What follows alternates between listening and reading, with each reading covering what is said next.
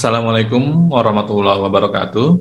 Selamat datang kembali teman-teman di Podcast Ren, podcast yang ngobrolin kajian keislaman yang kontekstual dan kontemporer. Di program Filosofi Sholat kali ini, setelah kita mendiskusikan tentang kenapa sholat harus bersuci, kenapa harus menghadap kiblat, kenapa harus diawali takbir, dan bagaimana takbir berkonsekuensi ihram, kemudian bagaimana sholat mengajarkan untuk kita menginternalisasi rasa berkelimpahan dan rasa bersyukur, kemudian bagaimana kita dianjurkan untuk menggunakan Al-Fatihah sebagai kunci pembuka dalam kita membaca segala sesuatu dan dalam cara kita melihat segala sesuatu. Hari ini, di episode kali ini, kita akan membicarakan atau mendiskusikan, mentadaburi bersama tentang ruku, tentang kenapa sih kemudian di dalam sholat kita diperintahkan untuk ruku. Dan menariknya di dalam Al-Quran, ruku ini kadang-kadang menjadi kata ganti untuk sholat, seperti dalam ayat warka'u ma'ar roki'in, dan rukulah kamu sekalian bersama orang-orang yang ruku.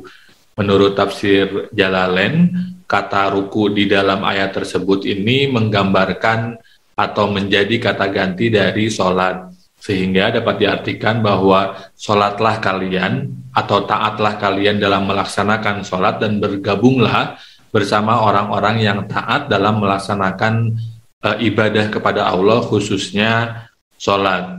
Nah, penggunaan ruku sebagai kata ganti untuk sholat ini menunjukkan bagaimana ruku sebagai salah satu rukun sholat itu menjadi sangat penting dalam upaya sholat menumbuhkan sistem kontrol diri yang baik, dalam menumbuhkan ketaatan yang penuh, dalam menumbuhkan akhlak karimah dalam segala aspeknya.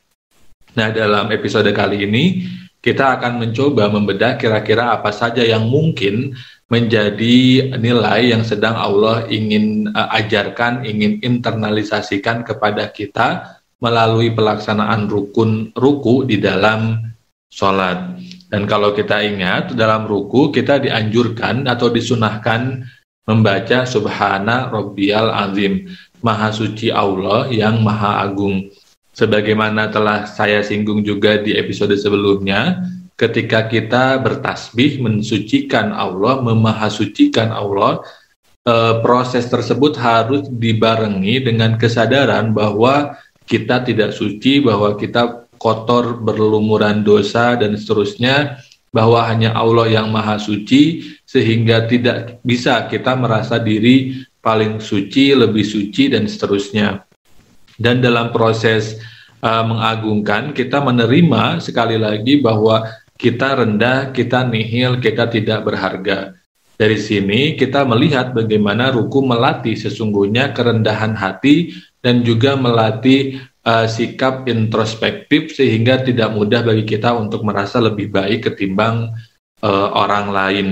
Dan doa di dalam ruku Subhana Rabbiyal Azim ini menurut I'anah ini berhubungan dengan firman Allah, Fasabbih bismi rabbikal azim, bertasbihlah kamu dengan nama Tuhanmu yang Maha Agung. Nah, ketika ayat tersebut turun, kemudian Rasulullah dianjurkan untuk bertasbih dengan mengagungkan Allah di dalam ruku. Sehingga hari ini kita disunahkan dalam ruku membaca Subhana Rabbiyal Azim.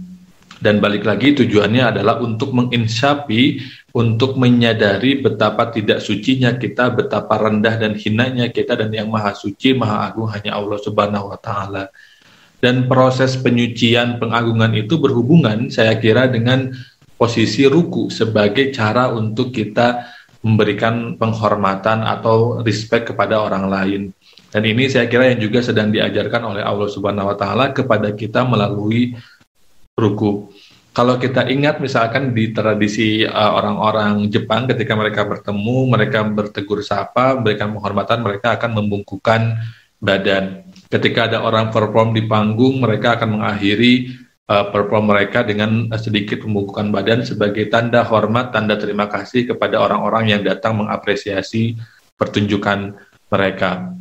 Dengan kata lain, secara gestur, ruku sebetulnya adalah melambangkan penghormatan. dalam konteks penghambaan kita kepada Allah, ruku berarti penghormatan kita kepada Allah yang Maha Agung, yang kita sadari lebih suci, lebih mulia, dan maha segalanya di atas kita yang nihil. Sedangkan dalam konteks kemasyarakatan, dalam konteks hablum minannas, ruku bisa kita pahami sebagai cara Allah untuk melatih sikap respect terhadap diri kita.